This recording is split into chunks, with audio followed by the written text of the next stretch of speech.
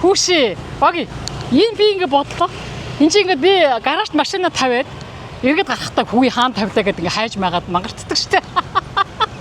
Тэгсэн чи энэ олон мянган мотоцикл дотроос ийшээ орсон хүмүүс гарч ирээд яаж олддог болоо хэдэн минут зарцуулдаг одоо гэж би гинт бодлоо. За ингээд орж ирээд тавигдаад энэ одоо Вьетнамд одоо мотоциклороо энэ хотод Хошиминд ялангуяа 9.3 сая хүн за айл болгонд нэг мотоцикл байгаа гэж бодъё. За 9.3 саяга за 2 тувайлд за Монголын хүн амаас 3 дахин ихтэй. За 2 тувай гэж бодоход чинь эсэг 2 давхар за нэг 4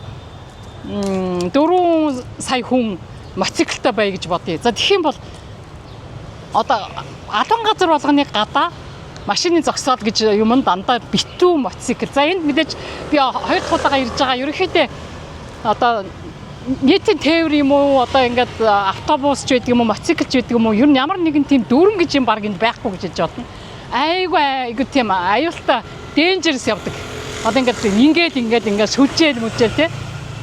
Тэгээд энд ирэхээр би ингээд явах тоолонд юмд суух болгонд хамаг бие чангалж явдсан шүү манайхаа. За ингээд яаж олдгийг болоо та нар гэж бодож байна.